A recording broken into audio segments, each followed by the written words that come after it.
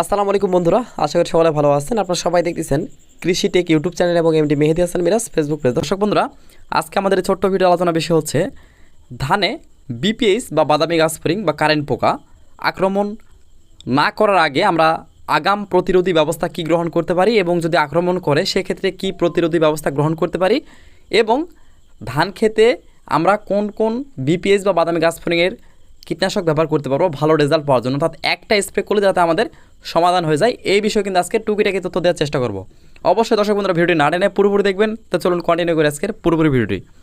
দর্শক বন্ধুরা, সাধারণত বাদামি গাছফড়িং বা কারেন্ট পোকা হচ্ছে বাচ্চা ও পূর্ণবয়স্ক উভয় পোকা ধান গাছের ক্ষতি করে থাকে, অর্থাৎ এরা ধান গাছের গোড়ায় রস শোষণ করে খায় বা চুষে খায়। সাধারণত কায়স্থরের শুরুতে এই পোকার আক্রমণ হয় ধান গাছে। আমরা কিন্তু অনেকে বুঝতে পারি না, এটা কিন্তু আসলে ধান গাছে কায়স্থরের সময় কিন্তু আক্রমণ করে।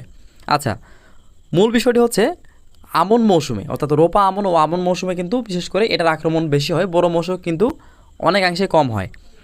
এই পোকা যখন বিপুল সংখ্যক আক্রমণ করে একবারে জমিতে, তখন এটার ক্ষতির লক্ষণ দেখবেন যে হপার ব্রান্ড সৃষ্টি হবে, অর্থাৎ দেখবেন যে ওই এলাকায় বা ওই জমির মাঝখানে যেখানে আক্রমণ করেছে বা যে অঞ্চলগুলোতে আক্রমণ করেছে দেখবেন বাস পড়ার মতো অবস্থা হবে, যে মনে হচ্ছে এখানে একটা বাস পড়েছে, বাসটা এরকম এই কন্ডিশন হয়েছে এই কারণে, অর্থাৎ বাস পড়ার মতো অবস্থা দেখা যাবে। তো মূলত হচ্ছে এটাই হচ্ছে কারেন্ট পোকার আক্রমণের লক্ষণ বা ক্ষতির লক্ষণ।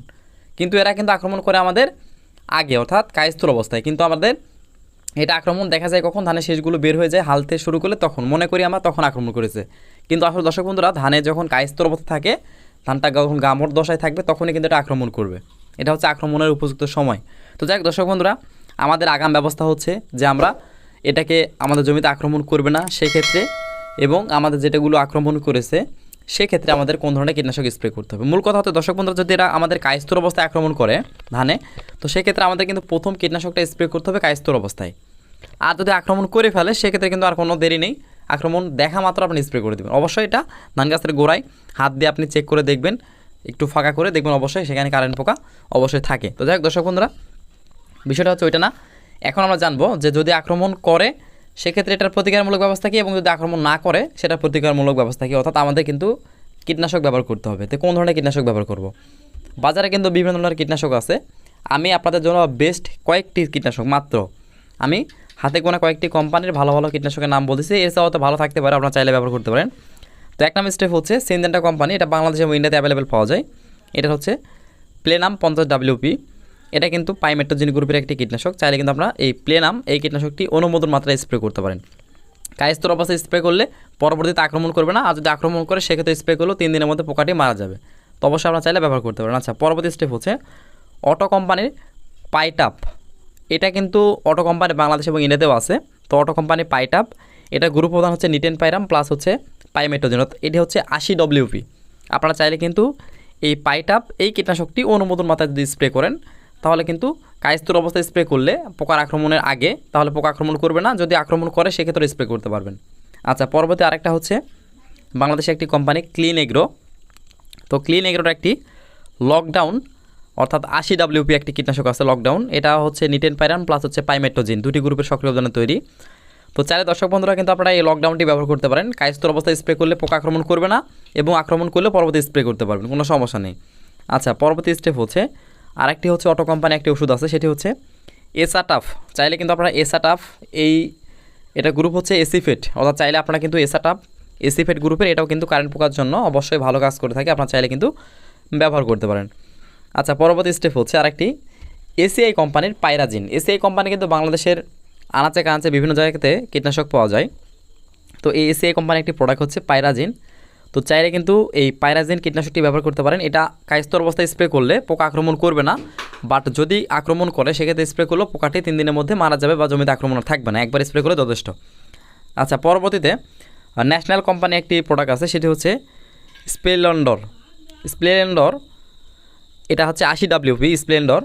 তো এটা হচ্ছে আপনারা পাইমেট্রোজিন প্লাস নিটেন পাইরাম গ্রুপের সক্রিয় উপাদান তৈরি, অর্থাৎ দুটি গ্রুপের সক্রিয় উপাদান তৈরি। তো চাইলে আপনারা এটা কায়স্থর অবস্থায় স্প্রে করতে পারেন, এবং এটা আপনি চাইলে কিন্তু পরবর্তীতে আক্রমণ করলেও স্প্রে করতে পারেন, কোনো সমস্যা নেই, 100% রেজাল্ট পাবেন। এটা ধান গাছের যে বাদামি গাছফড়িং বা শোষক পোকা দমনের জন্য অত্যন্ত ভালো মানের একটি কীটনাশক। আচ্ছা, পরবর্তীতে ইনথেফা কোম্পানির সাবা 80WP, এটাও কিন্তু নিটেনপারাম প্লাস হচ্ছে পাইমেট্রোজিন দুটি গ্রুপের সক্রিয় উপাদানে তৈরি। তো চাইলে আপনারা ইনথেপা কোম্পানির সাবা, এটা কিন্তু বিভিন্ন অঞ্চলে পাওয়া যায়, সাবাটি ব্যবহার করতে পারেন। এটাও কিন্তু কারেন্ট পোকা 100% দমন করতে পারবে। কায়স্তর অবস্থায় স্প্রে করলে পোকা আক্রমণ করবে না, আর যদি আপনি হচ্ছে আক্রমণ করে সেক্ষেত্রে স্প্রে করলে পোকাটি সুন্দরভাবে একদম দমন করতে পারবেন, কোনো সমস্যা নেই। পরবর্তীতে স্কোয়ার কোম্পানি হচ্ছে ফরচুনেট এসিফেট গ্রুপের এটি। এই ফরচুনেট যদি স্প্রে করেন মোটামুটি আপনাদের কারেন্ট পোকা বা শোষক পোকা অবশ্যই জমি থেকে দমন করতে পারবেন, কোনো সমস্যা নেই। যদি আপনি কায়স্তর অবস্থায় স্প্রে করেন তাহলে কোনো সমস্যা নেই, এবং যদি আপনি হচ্ছে আগাম এটা হবে, আর যদি মানে পোকা আক্রমণ করে সেক্ষেত্রে স্প্রে করলে পোকাটি মারতে পারবেন, কোনো সমস্যা নেই। পরবর্তীতে সিনজেনা কোম্পানির নতুন একটি প্রোডাক্ট, সেটি হচ্ছে ভেস্টোরিয়া। এটি কিন্তু একদম নতুন, জাস্ট একবার স্প্রে করলে কারেন্ট পোকার বংশ একদম ধ্বংস। অর্থাৎ এটি আপনি স্প্রে করতে পারবেন কায়স্তর অবস্থায় যদি পোকা আক্রমণ না করে, আর যদি পোকা আক্রমণ করে যে কোনো মুহূর্তে স্প্রে করতে পারেন। ভেস্টোরিয়া এটি বাংলাদেশে পাওয়া যাবে কিনা আমার সঠিক জানা নেই, তবে অবশ্যই কিন্তু ইন্ডিয়াতে অ্যাভেলেবেল পাওয়া যাচ্ছে, তো বাংলাদেশেও চলে এসেছে ইনশাল্লাহ। তো এই ভেস্টোরিয়া অবশ্যই আপনি ব্যবহার করতে পারেন কারেন্ট পোকা দমনের জন্য। আচ্ছা, পরবর্তীতে মিমপ্রেক্স কোম্পানি একটি প্রোডাক্ট আছে, সেটি হচ্ছে কোটান। এই কোটানটা কিন্তু 80WP, এটি দুটি গ্রুপের সক্রিয় উপাদান তৈরি, পাইমেট্রোজিন প্লাস নিটেনপারাম। চাইলে কিন্তু আপনারা এই কোটানটি ব্যবহার করতে পারেন কারেন্ট পোকা দমনের জন্য। কায়স্তর অবস্থায় স্প্রে করলে পোকা আক্রমণ করবে না, এবং যদি আপনি হচ্ছে সে মানে পোকা আক্রমণের পর যদি স্প্রে করেন পোকাটি সুন্দরভাবে দমন করতে পারবেন। আচ্ছা, পরবর্তীতে গ্রিন বাংলা কোম্পানির ফোরিং নামে একটি কীটনাশক পাওয়া যায়, এটি হচ্ছে 80WP ফোরিং। এটাও কিন্তু পাইমেট্রোজিন প্লাস নিটেনপারাম গ্রুপের সক্রিয় উপাদানে তৈরি, চাইলে আপনারা ব্যবহার করতে পারেন। আচ্ছা, পরবর্তীতে আমাদের আরেকটি হচ্ছে কীটনাশক হচ্ছে ম্যাকডোনাল্ড কোম্পানির নাইজিন। এই ম্যাকডোনাল্ড কোম্পানির নাইজিন এটি হচ্ছে 80WP, এটিও পাইমেট্রোজিন প্লাস নিটেনপারাম গ্রুপের সক্রিয় উপাদানে তৈরি হচ্ছে একটি কীটনাশক। চাইলে আপনারা এটাও কিন্তু কায়স্তর অবস্থায় স্প্রে করলে পোকার আক্রমণ থাকবে না, এবং যদি আপনি পরবর্তীতে পোকা আক্রমণের পরে স্প্রে করেন পোকাটি সুন্দরভাবে দমন করতে পারবেন। আচ্ছা, সবচেয়ে জনপ্রিয় একটি কোম্পানি হচ্ছে বায়ার কোম্পানি। এই বায়ার কোম্পানি একটি হচ্ছে কীটনাশক আছে রেইনক্লি। এই রেইনক্লি এটাও কিন্তু মোটামুটি ভালো কারেন্ট পোকা বা শোষক পোকা দমনের জন্য। বাংলাদেশে পাওয়া যাবে কিনা জানি না, বাট আপনারা কিন্তু ইন্ডিয়াতে পেয়ে যাবেন, চাইলে কিন্তু এটা এই রেইনক্লি এটি ব্যবহার করতে পারেন।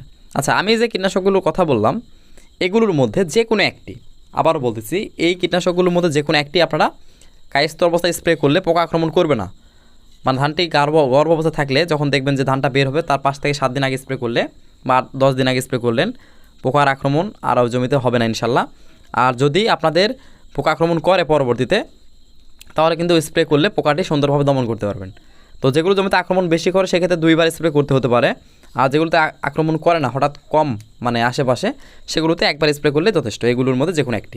দর্শক বন্ধুরা, এগুলো স্প্রে নিয়ম হচ্ছে শেষ বিকেলবেলা স্প্রে করবেন। অবশ্যই কিন্তু স্প্রে করার সময় চিন্তা করবেন যে আমাদের গাছের গোড়ায় যেহেতু আক্রমণটা করে সেক্ষেত্রে বিকেলবেলা পোকাগুলো উপরের দিকে থাকে, অর্থাৎ আপনার রোদের সময় কিন্তু নিচে থাকে, সন্ধ্যার আগে পোকাগুলো উপরে উঠে থাকে বা সকালে থাকে। তো সেক্ষেত্রে অবশ্যই একদম অতি সকালে অথবা একদম বিকেলবেলা স্প্রে করবেন, তাহলে আমাদের পোকাগুলো খুব সহজে মারা যাবে। এবং হচ্ছে আপনারা অনেকে বলতে পারেন ভাই কারেন্ট পোকা দমনের জন্য কি কীটনাশক বেশি স্প্রে করতে হবে কিনা বা গোড়ায় স্প্রে করতে হবে কিনা। বিষয়টা হচ্ছে আপনাদের একটা কথা বলি, সেটা হচ্ছে আমি যেগুলো কীটনাশকের নাম বললাম সেগুলো হচ্ছে আপনার সিস্টেমিক কীটনাশক, অর্থাৎ ভেতর থেকে এবং বাইরে থেকে কীটনাশক কাজ করে থাকে। তো সেক্ষেত্রে এগুলো অত টেনশনের কোনো কারণ নেই। আপনার যে বিঘা প্রতি যে পানিগুলো স্প্রে করেন সাধারণ কীটনাশক স্প্রে করতে, তার সাথে আপনারা 1 কন্টেনার পানি বেশি স্প্রে করবেন আপনার 1 বিঘা জমিতে। এতে আপনাদের যদি গোড়া পর্যন্ত যায় আলহামদুলিল্লাহ যাক, আর না গেলে কোনো সমস্যা নেই। ভালোভাবে স্প্রে করবেন পুরো জমিতে যাতে সবগুলো গাছের উপরে পড়ে। অবশ্যই নিচে দেওয়ার চেষ্টা করবেন যাতে নিচের দিকে চলে যায়, একদম গোড়ায় আপনাদের স্প্রে করতে হবে না, উপরে স্প্রে করবেন। কিন্তু একটা জিনিস মনে রাখবেন যে আপনি সাধারণ কীটনাশক দিয়ে স্প্রে করেন তার সাথে 1 কন্টেনার পানি বেশি করবেন। তো আশা করি বুঝতে পেরেছেন। ধন্যবাদ সবাইকে।